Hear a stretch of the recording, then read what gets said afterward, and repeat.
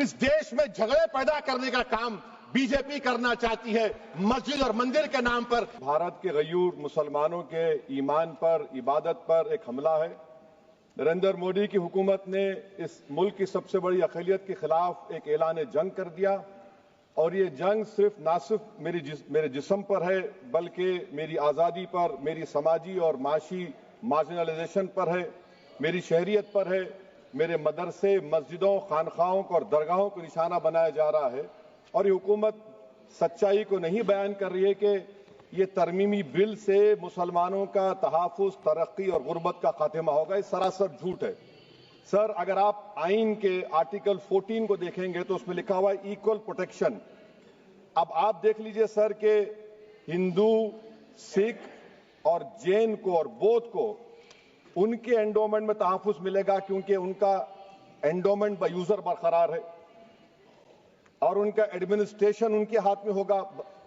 कि गैर हिंदू या गैर उनके मजहब का आदमी दान भी दे सकता है उनके लिए और एंडोमेंट बोर्ड का तहफ़्फ़ुज़ भी मिलेगा क्योंकि उसके ऊपर ओवरराइडिंग क्लॉज अप्लाई नहीं होगा, लिमिटेशन का कानून उस पर अप्लाई नहीं होगा।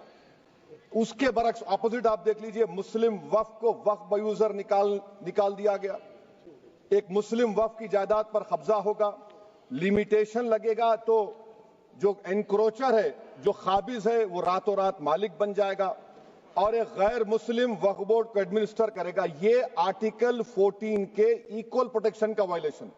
अब आर्टिकल 14 में सर इक्वालिटी बिफोर लॉ भी है और उसका कैसा वायलेशन हो रहा है कि कोई आर्बिट्ररी स्टेप नहीं ले सकता और कोई भी ऑफिशियल किसी भी तरीके से गलत आर्बिट्ररी फैसला नहीं लगा। यहां पर आप एक डेजिग्नेटेड ऑफिसर को रखकर वो फैसला लेगा कि ये जायदाद वक्फ की है, गवर्नमेंट की है। क्या ये प्रिंसिपल्स ऑफ नेचुरलिटी के खिलाफ नहीं है जिसका तकर्रुर एग्जीक्यूटिव करती है? ये हमारे theory of separation of powers Bharat के आइन का बेसिक स्ट्रक्चर का हिस्सा है। क्या इसका वायलेशन नहीं है? मुसलमानों को दूसरे दर्जे का शहरी बनाने का इनका मकसद है। सर, अगर आप हिस्ट्री को पढ़ेंगे तो महात्मा गांधी उस वक्त के व्हाइट अफ्रीका में सफेद फार्म अफ्रीका के कानून को महात्मा गांधी ने कहा था कि ये मेरा कॉन्शियंस इसको मानता नहीं है, मैं इस कानून को कबूल नहीं करता हूं। तो महात्मा गांधी ने क्या किया? उन्होंने उस कानून को फाड़ दिया। तो मैं गांधी की तरह इस कानून को फाड़ता हूं। ये अनकॉन्स्टिट्यूशनल है सर।